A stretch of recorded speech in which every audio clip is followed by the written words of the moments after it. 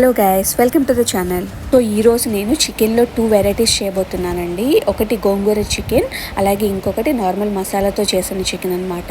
Chicken అంటే ఎవరికి ఇష్టం ఉండదు చెప్పండి, అందరికీ ఇష్టమే. అది ఎలా ప్రిపేర్ చేసినా కూడా ఇష్టమే.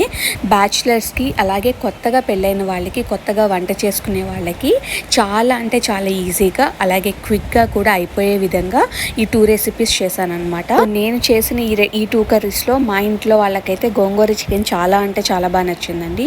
సో వీటి ఫుల్ లెంత్ వీడియో అనేది నేను కింద ఇచ్చానమాట, లింక్ మీరు వెళ్ళి చూడండి. అండ్ చూసే ముందు సబ్స్క్రైబ్ చేయడం అయితే మర్చిపోవద్దు.